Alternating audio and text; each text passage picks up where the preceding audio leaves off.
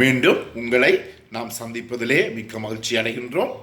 நான் இலங்கையிலே இருந்து பதுளை போதனா வைத்தியசாலையில் இருந்து வைத்தியர் கிருஷான் வேதநாயகம்.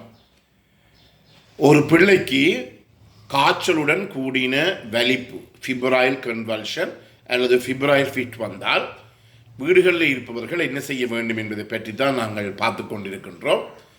அந்த செய்ய வேண்டிய விடயம் பொதுவாக அனைத்து நோய்களுக்குமே பொருத்தமானது என்றபடியால் தான் நாங்கள் ஏதாவது ஒருவரை வீதியிலேயோ அல்லது வீட்டிலேயோ அல்லது கோயில்களிலேயோ நாங்கள் அவர் ரோட்டிலே விழுந்து அவர் இருந்தால், மயக்கமாகவோ அல்லது கதைக்க முடியாத தன்மையில் இருந்தால் அவற்றுக்கு கொடுக்க வேண்டிய முதலுதவி முறைகளை பற்றி தான் நாங்கள் பார்த்து கொண்டிருக்கின்றோம்.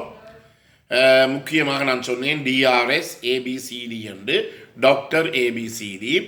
அதில் டிஆர்எஸை பற்றி பார்த்தோம், ஏயை பார்த்தோம். இன்றைக்கு பி எனப்படுகிற பிரீதிங் என்று சொல்லுகின்ற போது மூச்சு விடுகின்ற தன்மையை பற்றி நாங்கள் பார்க்க இருக்கின்றோம். ஒரு நோயாளி வீதியிலே விழுந்திருக்கின்றார், அல்லது நீங்கள் காலையிலே உங்களை வீட்டிலே ஒரு வயது போனவர் இருக்கின்றார், காலையில் நீங்கள் அவருக்கு தேநீர் கொண்டு போய் கூப்பிடுகின்ற போது அவர் சத்தம் இல்லை. பிறகு நீங்கள் உள்ளுக்குள்ளே போய் பார்க்கின்ற போது அவர் காட்டிலே மயங்கி இருக்கின்றார். எனவே ஐந்தாவதாக நாங்கள் செய்ய வேண்டிய விடயம் என்னவென்றால், அவர் மூச்சு விடுகிறாரா என்பதை நாங்கள் பார்க்க வேண்டும்.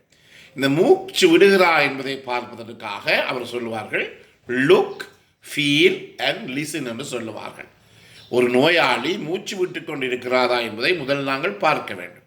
எவ்வாறு பார்ப்பது? அவருடைய இந்த நெஞ்சு பகுதி மூச்சு விடுகின்ற போது, மூச்சை உள்ளெடுக்கின்ற போது விரிவடைந்து மூச்சை வெளியிலே விடுகிற போது சுருங்கும். எனவே நெஞ்சு பகுதி ஏறி இறங்குகின்ற போது நாங்கள் முதல் பார்க்க வேண்டும், லுக். இரண்டாவதாக ஃபீல் என்று அதாவது உணர்ந்து பார்ப்பது. என்ன செய்ய வேண்டும்? எங்களுடைய கைகளை அவருடைய நெஞ்சு பகுதியிலே வைத்து, அந்த நெஞ்சு, நான் கைகளை வைத்த இடத்திலே நாங்கள் நெஞ்சு மேலே போய் கீழே போய் வருகின்றதா என்று பார்க்கின்ற போது நாங்கள் அவர் மூச்சு விடுகிறாரா என்பதை நாங்கள் ஃபீல் பண்ணுகிறோம், உணர்கிறோம். மூன்றாவதாக அதே நேரத்தில் உணர்கின்ற போது நாங்கள் என்ன செய்யலாம்? இந்த மூக்கிலே இருக்கின்ற மூக்கு துவாரங்களுக்கிட்டே கைகளை வைத்து பார்க்கின்ற போதும் அந்த மூச்சு உள்ளுக்க போய் வெளியில் வருவதை எங்களால் என்ன செய்து கூடக்கூடியதாக இருக்கும், எங்களாலே உணர்ந்து கொள்ளக்கூடியதாக இருக்கும். மூன்றாவதாக லுக், ஃபீல் அண்ட் லிசன் என்றால் என்ன? கேட்க வேண்டும். ஒருவர் மூச்சு விடுகின்ற போது உங்களுக்கு தெரியும், நல்லா மூச்சு உள்ளுக்குள்ள போய் வெளியில் வரும்போது சத்தம் கேட்கும். சில பேருக்கு இந்த இழுப்பு, முட்டு வருத்தம் அல்லது வீசிங் என்று சொல்லுவோம், அல்லது அஸ்மா வருத்தம் இருக்குமாக இருந்தால் அவர் மூச்சை விட்டு வெளியில் விடுகின்ற போது நல்ல பெரிய ஒரு மியூசிக் சத்தம் உண்டு, வீசிங் சத்தம், இழுப்பு சத்தம் எங்களுக்கு கேட்கும். இந்த மூன்றாவதாக நாங்கள் என்ன செய்ய வேண்டும்? கேட்க வேண்டும். இதுக்காண்டி தான் நாங்கள் சொல்லுவோம் லுக், ஃபீல் அண்ட் லிசன். மூச்சு விடுகிறார் என்று பாருங்கள். இரண்டாவதாக மூச்சு விடுகிறார் என்று கைகளை வைத்து உணர்ந்து பாருங்கள்.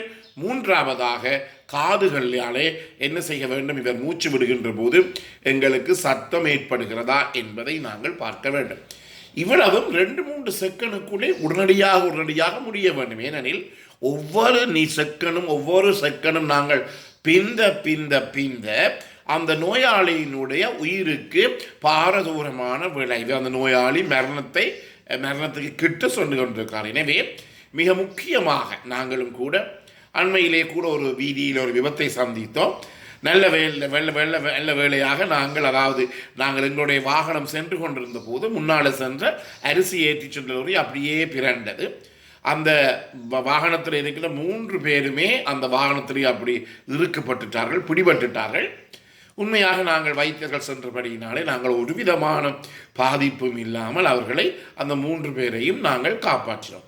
எனவே எந்த ஒரு விபத்தோ அல்லது வீட்டிலே ஏற்படுகிற பிரச்சனையோ அல்லது பிள்ளைக்கு ஒரு ஃபிட் வலிப்பு வந்தாலோ அந்த இடத்திலே வைத்தியர் இருப்பார் என்று சொல்லி எங்களாலே ஒருபோதுமே சொல்ல முடியாது. இந்த முதலுதவி என்பது என்ன? ஒரு வைத்திய உதவி கிடைக்கும் மட்டும் அந்த நோயாளிக்கு நாங்கள் செய்கின்ற முதல் உதவி தான் முதலுதவி அல்லது ஃபர்ஸ்ட் எய்ட் என்று சொல்லுவோம். இது மிகவும் ஒரு முக்கியமானது. நோயாளியினுடைய உயிரை 100% காப்பாற்ற முடியும். அதே நேரத்தில் முக்கியமாக கவனித்துக் கொள்ள வேண்டும், இந்த நோயாளிக்கு முதலுதவி செய்கிறோம் என்று சொல்லி போட்டு அவருக்கு நாங்கள் உபத்திரவத்தையோ ஆக்கினியையோ அல்லது அவர் உயிரை மேலும் அபாயகரமான நிலைமைக்கு கொண்டு செல்ல வேண்டிய ஒரு நடவடிக்கையை நாங்கள் செய்யக்கூடியது. இது உண்மையாக பல பேர் உண்மையாக அவர்கள் அந்த நோயாளிக்கு தீங்கு விளைவிக்க வேண்டும் என்று சொல்லி அவர்கள் செய்வதில்லை. உதவி செய்ய வேண்டும் என்ற நோக்கத்துக்காக சென்று அந்த இடத்திலே இருந்த அந்த பெரிய ஒரு பிரச்சனை என்ன, குழப்பம், ஒரு பெரிய விபத்து ஏற்பட்டது, குழப்பம், நோயாளிகள் கத்துகிறார்கள், விபத்திலே சிக்கிக் கொண்டவர்கள் கத்துகிறார்கள், இவற்றை எல்லாத்தையும் யோசிச்சு போது அவர் அந்த பயத்திலே அந்த குழப்பத்திலே தான் என்ன செய்கிறார், எல்லாவற்றையும் மாறி செய்யக்கூடிய ஒரு தன்மை இருக்கிறது. முக்கியமாக நாங்கள் கவனித்துக் கொள்ள வேண்டியது என்ன என்றால், வீடுகளிலே கூட பிள்ளைகளுக்கு வலிப்பு ஏற்பட்டால் என்ன செய்வார்கள், அந்த வலிப்பு ஏற்பட்ட உடனேயே அப்படியே பிள்ளையை தூக்கிக்கொண்டு ரோட்டு முழுக்க ஓடி வருவதை நாங்கள் கண்டிருக்கிறோம். சில நேரங்களிலே நாங்கள் இந்த வெளிநோயாளர் பிரிவிலே வைத்தியசாலைகளிலே ஓபிடியில் வேலை செய்து கொண்டிருக்கின்ற போது வைத்திய நோயாளிகளை அனுமதிக்கின்ற அறைக்கு அந்த வாகனத்திலிருந்து அதிலிருந்து அப்படியே தூக்கி கொண்டு ஓடி வருவார்கள். இது மிகவும் பயங்கரமானது.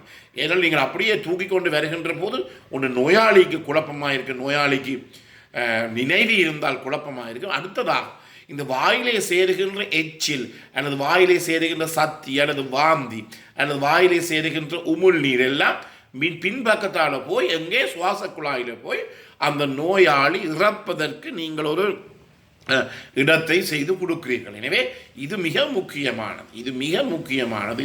எனவே ஒரு வீடுகளிலே ஒரு பிள்ளைக்கு வலிப்பு ஏற்படுமாக இருந்தால் சத்தம் போட வேண்டாம், கத்த வேண்டாம், பெரிதாக அழ வேண்டாம். அது பிள்ளையை குழப்பும்.